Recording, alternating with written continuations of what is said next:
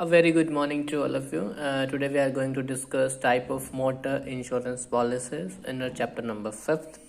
तो बेसिकली आपका इसमें है क्या, यहाँ पे आपके ना बेसिकली दो टाइप की इंश्योरेंस पॉलिसीज हैं जो मोटर इंश्योरेंस कवर करती हैं आपका। फर्स्ट है liability only policy. Liability only policy का मतलब क्या है कि ये बेसिकली एक्ट ओनली पॉलिसी के नाम से भी इसको जाना जाता है। इसमें बेसिकली होता क्या है आपका कि आपको एटलीस्ट आपके व्हीकल के अगेंस्ट एक पॉलिसी लेना कंपलसरी है, तो कम से कम आपके पास जो है लाइबिलिटी ओनली पॉलिसी होनी चाहिए। इसका बेसिक्स अगर हम मीनिंग करें डिस्कस, तो इसका सिंपल सा मतलब ये है कि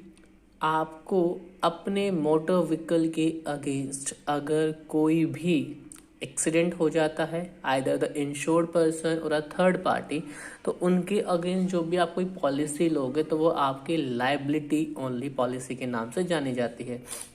इसके लिए बेसिकली जो आपका फॉर्म ए है वो स्टैंडर्ड फॉर्म आपका रखा जाता है। फॉर्म ए आपका फिल करना होता है इस पॉलिसी को आपको लेने के लिए। अब बेसिकली इसके रिक्वायरमेंट्स क्या हैं? रिक्वायरमेंट्स आपके सिंपली इसके अंदर जो हैं वो हैं, जो पॉलिसी है इंश्योरेंस की वो क्या होनी चाहिए। देखो बेसिकली हम एक वैलिड पॉलिसी की बात करते थे, एक वैलिड कॉन्ट्रैक्ट की बात करते थे, वही चीज़ यहाँ पर है कि आपका जो है वो एक ऑथोराइज्ड इंश्योरेंस कंपनी के थ्रू इश्यू की करी होनी चाहिए आपकी पॉलिसी। इंश्योरेंस द पर्सन और a class of person specified in the policy to the extent specified, और इवन आप पॉलिसी में बताओगे भी कि लाइबिलिटी कितने अमाउंट तक आपने स्पेसिफाइड की है। अगर कोई भी लाइबिलिटी इनकर्ड हो जाती है, या तो डेथ हो जाती है या कोई भी आपकी बॉडी इंजर्ड हो जाती है, तो उस सिचुएशन में जो पर्सन है, या तो पर्सन कौन हो सकता है, ओनर ऑफ गुड हो सकता है या ऑथोराइज्ड रिप्रेजेंटेटिव पर्सन हो सकता है जो उस प्रिंसिपल की गुड्स को कैरी करता है, तो उन दोनों को यहाँ पर कवर किया गया है। अगर आपका जो against the death of a bodily injury to any passenger of a public service vehicle, अगर कोई पब्लिक सर्विस का व्हीकल है उसमें किसी को हो जाता है, तो जो कोज्ड बाय और arising out of the use of vehicle in a public place, तो अगर वो पब्लिक प्लेस में यूज किया गया है तो भी आपका जो है इंश्योरेंस वो कवर कर लिया जाएगा। द पॉलिसी जो कवर करेगी उसमें बेसिकली क्या है, या तो क्या करेगी, the amount of liability incurred, जो एक्चुअल में अमाउंट लाइबिलिटी का इनकर्ड हुआ है वो, बट हमने वही कंडीशन पढ़ी थी कि अगर पॉलिसी के अमाउंट से कम आपका क्लेम है तो क्लेम का अमाउंट मिलेगा, अगर पॉलिसी से ज़्यादा आपका क्लेम का अमाउंट होता है तो आपको just principal amount of the policy pay कर दिया जाता है। तो ये कहता है आपका कि जो पॉलिसी है अगर कोई भी डैमेज हो जाती है in respect of third party, अगर थर्ड पार्टी के अगेंस्ट कुछ भी डैमेज हो जाता है, तो पहले जो क्लेम था वो 6,000 रुपीज़ का था, लेकिन अब इसको इंक्रीज़ कर दिया गया 7,50,000 तक। अगर कोई फोर व्हीकल से आपकी थर्ड पार्टी को डैमेज हुआ है, देन आपका 1,50,000 टू व्हीलर्स के लिए है, और आप अगर कोई एक्स्ट्रा प्रीमियम पे करते हैं इसमें आपका कवर कर लिया जाएगा, और जो प्रीमियम होगा वो आपका 50 to 200 rupees for various class of vehicle. Vehicle की हमने क्लास पढ़ी थी ना, 4 क्लासेस आपकी। कॉमर्शियलाइजेशन हमने पढ़ा था, टू व्हीलर पढ़ा था हमने, फोर व्हीलर पढ़ा था आपका लास्ट पेज पे यहाँ पे, प्राइवेट कार्स, कॉमर्शियल व्हीकल्स, ये जो हमने पढ़ा था, private cars, commercial carriers, two wheelers और miscellaneous and special type of vehicle. तो उसमें कहते हैं, थर्ड कहता है कि आपके देखो बेसिकली वह कि पॉलिसी तब तक इफेक्ट में नहीं आएगी जब तक आपकी इंश्योरेंस कंपनी आपको कोई प्रॉपर सर्टिफिकेट इशू नहीं कर देती जिस पे ये कहा जाए कि you are insured against this policy. और जो इंश्योरेंस पॉलिसी है वो insurance under this section shall liable होगा इंडैम्निटी के लिए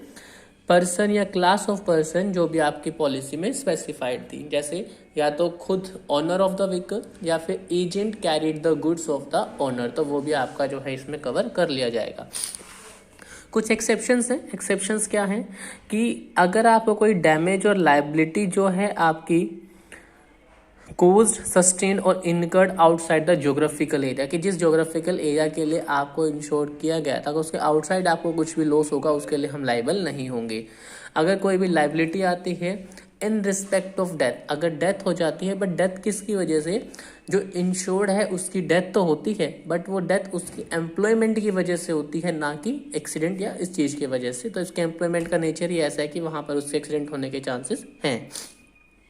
अगर कोई भी क्लेम अराइज हो जाता है कॉन्ट्रेक्चुअल लायबिलिटी, कोई भी उनके बीच में कॉन्ट्रैक्ट था उसकी वजह से कोई क्लेम अराइज होगा तो वो भी यहाँ पर कवर नहीं किया जाएगा, या फिर एनी कॉन्सिक्वेंशियल लॉस या कोई अदर लॉस जो आपकी पॉलिसी में कवर्ड नहीं था। तो कुछ पॉलिसी कंडीशंस हैं। तो कंडीशन में फर्स्ट है आपका नोटिस टू कंपनी। तो सिंपल सा है कि अगर आप इंश्योरेंस कंपनी से आपने इंश्योरेंस लिया है तो हमने सबसे पहले हर एक टाइप के जो भी आपके इंश्योरेंस हमने पहले पढ़े थे उसमें हमने पढ़ा था कि इंटीमेट टू द कंपनी, हमें सबसे पहले कंपनी को इंटीमेट करना होगा कि एक्सीडेंट हुआ है या मुझे क्लेम करना है। देन प्रॉमिस ऑफ पेमेंट और इंडैमनिटी एंड सबरोगेशन, कोई भी इंश्योर्ड किसी भी थर्ड पार्टी या किसी भी अदर पर्सन को तब तक पेमेंट के लिए गारंटी नहीं करेगा जब तक इंश्योरेंस कंपनी उसको ऑथोराइज नहीं कर देती, सबरोगेशन का राइट नहीं दे देती, तब तक कोई भी पर्सन जो है वो किसी भी जिस पर्सन को मतलब इंश्योर्ड की वजह से जिसको भी डैमेज हुआ है उसको वो क्लेम पे नहीं करेगा। Insurance liability for efficient condition of vehicle, जो आपका इंश्योरर है उसकी लाइबिलिटी बनती है कि उसको ये देखना है कि जो आपका व्हीकल है वो एफिशिएंट कंडीशन में हो, उसके लिए वो किसी भी टाइम फ्रीली आपकी इन्वेस्टिगेशन कर सकता है आपके व्हीकल की, किसी भी टाइम प्रायर नोटिस वो कभी भी आ सकता है, कभी भी आपके व्हीकल को फ्रीली वो इंस्पेक्शन उसकी कर सकता है। आपकी कैंसिलेशन ऑफ पॉलिसी आपकी कैंसिल हो सकती है। मैंने पहले भी पढ़ा हुआ है कि आपकी पॉलिसी को कैंसिल कर दिया जाता है अगर कोई भी टर्म एंड कंडीशन दिखती है आपने वॉयलेट की है या इन्फॉर्मेशन जो आपने दी है वो फ्रोज्ड इन्फॉर्मेशन है कि आपकी फेक या फॉल्स इन्फॉर्मेशन आपने प्रोवाइड कराई है। तो हमने बात की थी कि जो मोटर व्हीकल है उसमें विदिन 7 डेज आपकी पॉलिसी को कैंसिल कर दिया जाता है, आपके प्रीमियम का अमाउंट वापिस पे कर दिया जाता है, बट आपके जो 100 रुपीज़ तक का प्रीमियम है वो कंपनी अपने पास रिटेन रखती है।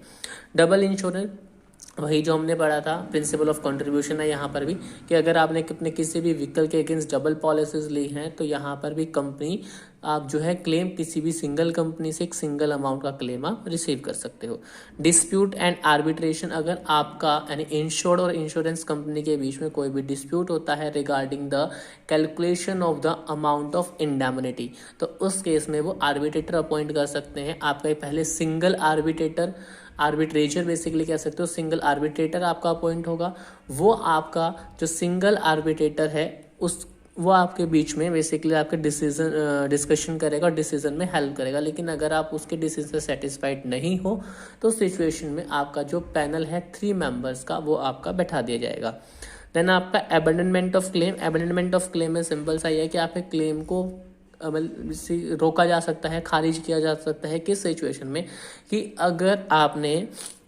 जो है कोई भी क्लेम आपने फाइल नहीं किया कंपनी पे, या कोई भी अगर आप क्लेम जो इंडेमनिटी का अमाउंट था उससे आप सेटिस्फाइड नहीं थे, बट उस सेटिस्फाइड नहीं थे और 12 मंथ्स आपके जा चुके हैं, उन विदिन 12 मंथ्स में आपने कोई भी इंश्योरेंस कंपनी जो है उसके अगेंस्ट आपने कोई भी अगर केस फाइल नहीं किया तो आप राइट खो दोगे अपना जो है क्लेम रिसीव करने का। Fulfilment of term and condition, वही सिंपल सा कि जो टर्म एंड कंडीशन एक इंश्योरेंस पॉलिसी के लिए होनी चाहिए लेने के लिए वो आपकी होनी चाहिए, जैसे मेंटेनेंस या प्रॉपर व्हीकल की सर्विस वगैरह वो सब आपने की जानी चाहिए।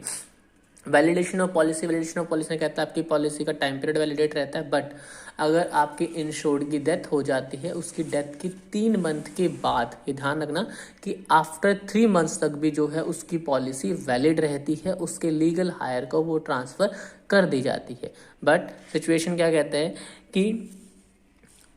और until the expiry of the policy whichever is earlier, for that period the policy may be transferred to the legal heirs of the insured के legal hire को वो ट्रांसफर कर। लेकिन सिचुएशन क्या है इसमें कि डेथ की 3 मंथ तक तो है, बट अगर उन 3 मंथ कंप्लीट होने से पहले पॉलिसी का टाइम पीरियड यानी एक्सपायरी डेट आ जाती है तो विच एवर इज अर्लियर, जो भी अर्लियर होगा उस टाइम पर आपकी पॉलिसी जो है टर्मिनेट हो जाएगी। सिंपल सा ध्यान रखना, अगर किसी इंश्योर्ड की डेथ हो जाती है उसकी डेथ की 3 मंथ तक आपकी पॉलिसी वैलिड रहती है, बट अगर वो जो 3 मंथ्स हमने ग्रेस या एक्स्ट्रा दिए हैं उन 3 मंथ्स में कभी भी मान लो कि उसकी डेथ हो गई जनवरी, तो फरवरी, मार्च और अप्रैल 3 मंथ का हमने ग्रेस पीरियड दिया, बट जो पॉलिसी मैच्योर होनी है या आपकी पॉलिसी टर्मिनेट होनी है या वैलिडिटी जो कंपनी पॉलिसी की थी वो सिर्फ आपकी फरवरी तक थी, तो विच एवर इज अर्लियर वो 3 मंथ्स या पॉलिसी कंप्लीट होने के जो भी अर्लियर होगा वो उसमें कर दिया जाएगा। यहाँ तक करते हैं आज, कल आपका पैकेज पॉलिसी और थर्ड पार्टी पॉलिसी हम करेंगे। Okay, have a good day and study hard.